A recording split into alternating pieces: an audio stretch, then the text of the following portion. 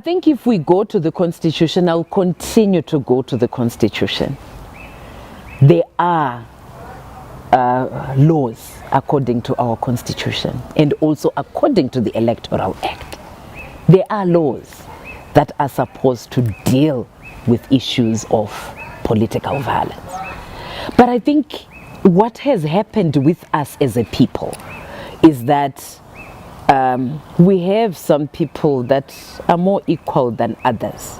So we will find that those laws do not apply to them.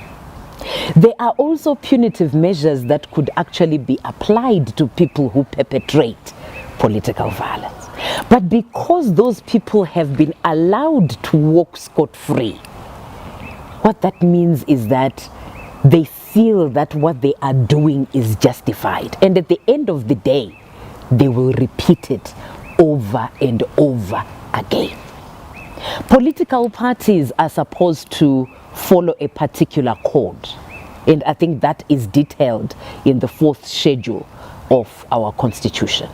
But we find that when you look at that code, not all the political parties follow what is in that code that is meant to encourage the eradication of political violence as we approach elections or as we get to elections. So I think there is an issue where the law is not being followed, and those who go against the law have not been punished. And if we start there, I'm sure that we will be able to deal with political violence come 2018. And if we are also guided by the Bill of Rights, which also speaks to every Zimbabwean having political rights, that people have the right to vote for whoever they want to vote for without being coerced by anyone. I'm sure that we will actually be able to be at some level in terms of us dealing with political violence as we proceed to get to 2018.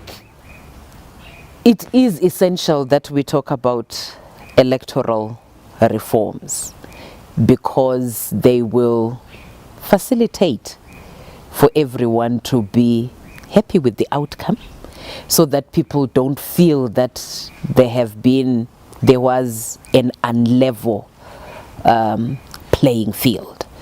So I think it is important that we have reforms, because I think if you look back from the elections that we have had in this country, we have seen reforms improving our elections.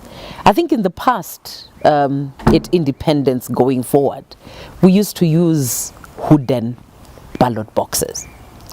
But with the reforms which the government embraced, we are now using translucent boxes, where we believe that's best practice, that you can actually see when that box is brought into the polling station that there is nothing in it, which was very difficult with the wooden boxes that we had in the past.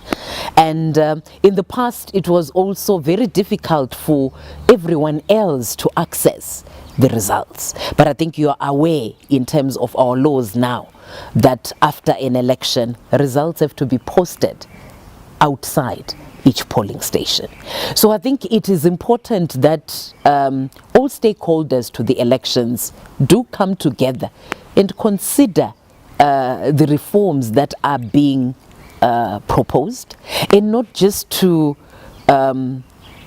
not accept the reforms for the sake of not accepting them, but also looking at what benefit will the electorate get out of these out of these reforms.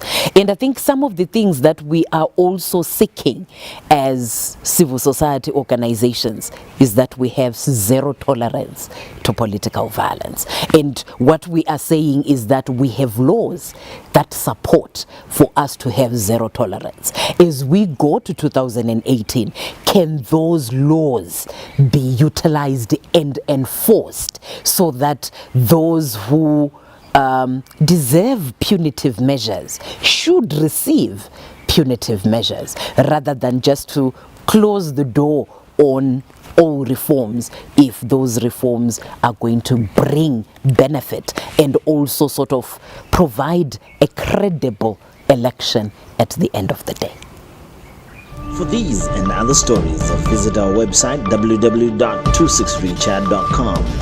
Follow us on Twitter @263chat and like our Facebook page 263chat.